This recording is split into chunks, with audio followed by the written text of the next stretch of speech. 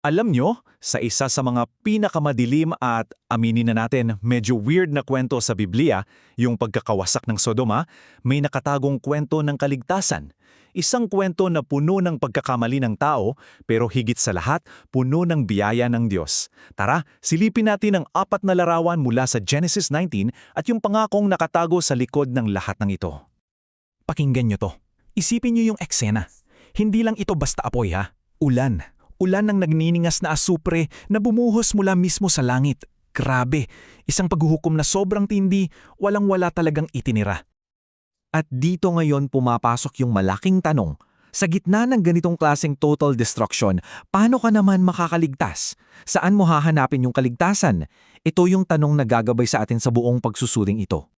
Kasi di ba karaniwan sa Biblia, pag sinabing ulan, anong iniisip natin? Buhay, biyaya, blessing. Pero dito, baliktad. Ito ay isang ulan ng paghuhukom. At ang matindi pa, nangyari to sa katanghalian, sa sikat ng araw. Isang pampublikong pagpapakita ng hustisya ng Diyos para makita talaga ng lahat. Sige, umpisahan natin sa unang larawan ng kabiguan ng tao. At dito, ang bida o mas tamang sabihing anti-bida ay yung asawa ni Lot. Isang napaka-tragic na kwento. Importante kasing intindihan natin kung anong ibig sabihin ng paglingon niya. Hindi lang to basta isang mabilis na sulyap sa likod. Ito yung larawan ng isang pusong hati. Isang pusong kumakapit pa rin sa nakaraan, sa buhay, sa mga alaala, sa mga ari-arian na nasa lungsod na hinuhusgahan na. At dito, yung pinaka-critical na aral para sa atin. Hindi pala sapat na yung katawan mo lang ang lumilipat. Yung katawan niya, oo, paalis na, papunta sa kaligtasan. Pero yung puso niya, ayun, naiwan, nakakapit pa rin doon sa Sodoma. Mismong si Jesus, ginamit yung kwento niya bilang babala. Sinabi niya, alalahanin ninyo ang asawa ni Lot. Isang paalala na hanggang ngayon napaka-relevant pa rin lalo na laban sa pagiging hati ng ating puso. Okay, so lipat naman tayo sa mga nakaligtas, kay Lot at sa dalawa niyang anak na babae.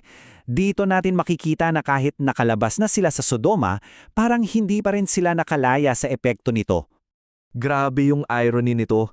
Natakot si Lot na manatili sa Zoar, yung mismong lungsod na ipinangako ng Diyos na ililigtas para sa kanya.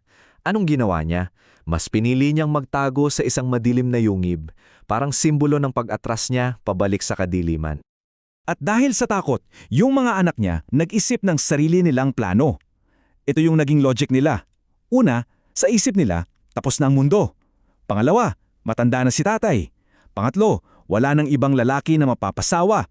So, pangapat, kailangan nilang gumawa ng sarili nilang paraan. Ang basehan nila, ang paraan ng buong mundo, hindi ang paraan ng Diyos. Napansin niyo ba, 2 beses inulit sa kwento yung linyang to para kay Lot, hindi niya nalaman. Nagpapakita to na para siyang manhid, paralisado sa spiritual at moral. Oo nga, nakaalis siya sa siyudad ng Sodoma pero parang yung Sodoma hindi kailanman umalis sa pagkatao niya. At ngayon, dito tayo darating sa pinaka-turning point ng buong kwento. Biglang mag-iiba yung focus. Aalis na tayo sa pamilya ni Lot? Kasi 'di ba kung iisipin nating mabuti, si Lot parang wala namang kwenta. Passive siya, wasak yung pamilya niya. So ang laking tanong, bakit? Bakit pa sila niligtas? Hindi naman sila mukhang deserving. At heto ang sagot na nakakagulat, direkta mula sa Biblia. Ang dahilan kung bakit naligtas si Lot ay hindi dahil sa kanya, kundi dahil sa Diyos. Dahil sa kanyang naaalala ang alalay ng Diyos, si Abraham. Si Abraham, siya pala yung susi sa lahat. Kasi yung salitang naalala sa konteksto ng Biblia, hindi lang yan basta pag-alala. Pag naalala ng Diyos ang isang tao, ibig sabihin, kikilos siya ng tapat ayon sa kanyang pangako at relasyon sa taong yon. Sa madaling salita, ang kaligtasan ni Lot ay biyaya. Sagot ito sa mga panalangin ni Abraham para sa kanya. So, para i-wrap up ang lahat ng to, tingnan natin kung ano ang naging bunga ng mga pangyayari sa yungib. At maghanda kayo, kasi dito natin makikita yung pinaka-ultimate na sorpresa ng buong kwento. Well, sa simula, yung resulta ay madilim. Mula sa incestuous na relasyong to, isinilang ang mga lahi ng Moabita at Ammonita. At kung pamilyar kayo sa Old Testament, Alam niyo na naging matinding kalaban sila ng Israel sa mahabang panahon. At ito ang pinakamalaking pero sa lahat, dito ipinakita ng Diyos ang kanyang pambihirang plano. Mula sa madilim at sirang lahi ng mga Moabita, isinama niya sa kwento si Ruth, isang Moabita. At si Ruth ay naging lola sa tuhod ni Haring David na naging ninuno naman ni Hesukristo. Grabe, mula sa ganitong kadiliman. Kaya, ang pinakahuling aral para sa atin ay ito. Gaano man kalaki, gaano man kadilim ang pagkakamali at kabiguan ng tao, hindi nito kayang talunin ang plano ng Diyos para sa pagtubos. Ang biyaya niya ay mas makapangyarihan.